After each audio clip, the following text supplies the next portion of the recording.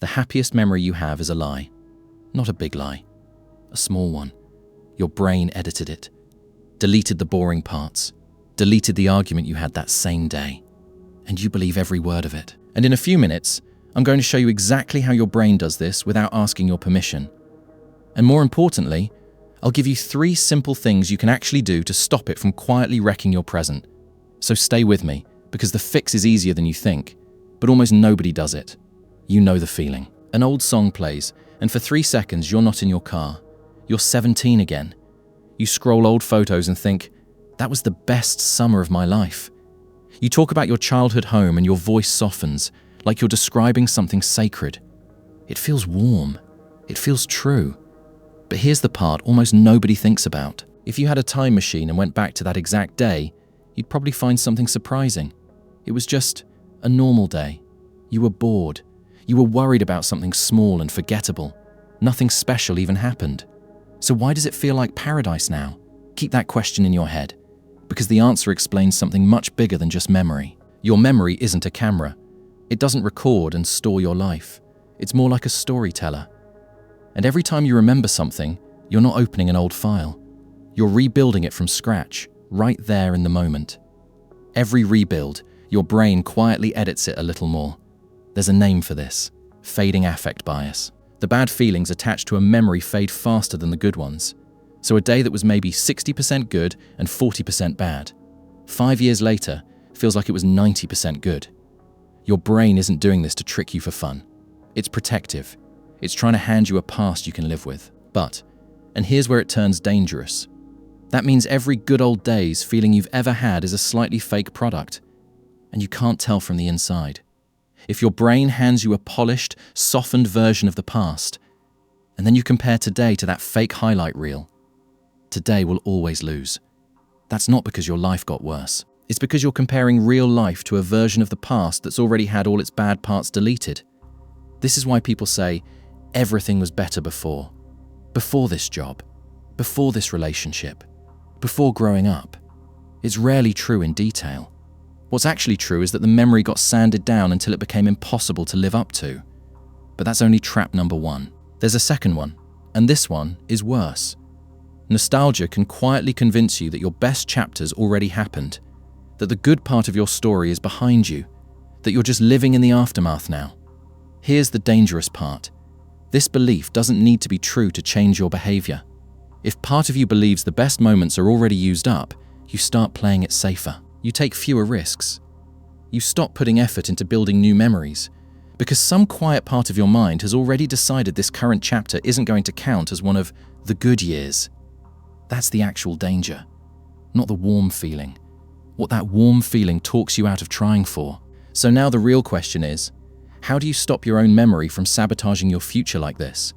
Here's something uncomfortable to sit with. The years you're living through right now, today, this month, this exact ordinary Tuesday, are being edited in real time. In 10 years, your brain will hand you a softened, better lit version of this exact period, which means the good old days were never actually better. They just had more time to be forgiven.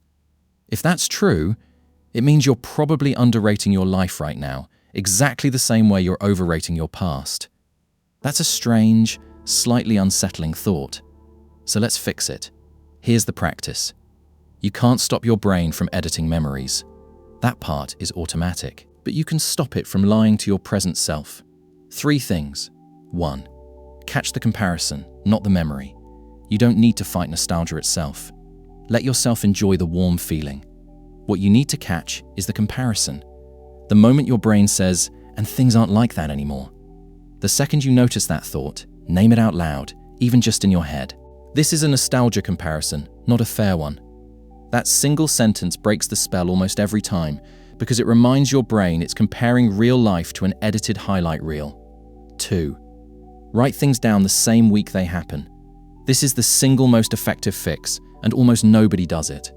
Fading affect bias only works on memories you're not actively recording. If you write a short, honest note about a hard week, even 2 sentences, you create a record your future brain can't quietly rewrite. Then, months later, when nostalgia tries to convince you that some past period was flawless, you can go back and read what you actually wrote. Almost every time, it's more mixed than memory claims. That alone breaks the illusion permanently. 3. Ask, what would I put in today's highlight reel? Instead of only mining the past for good moments, actively build today's.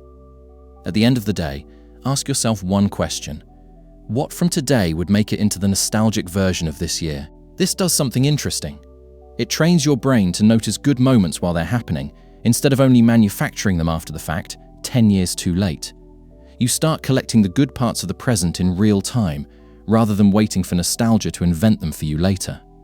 So here's the whole idea, simplified. Nostalgia isn't remembering the past, it's editing it. Quietly, automatically, every single time you revisit it.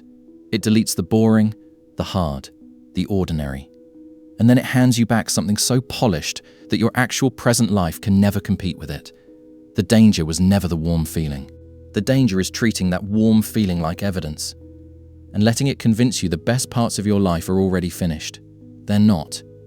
They're being written right now, today, in a version your future self hasn't softened yet.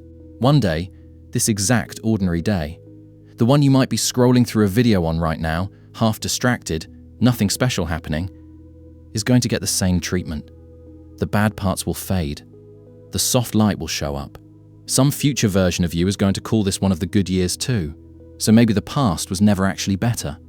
Maybe it just had more time to be forgiven, and maybe today deserves the same chance.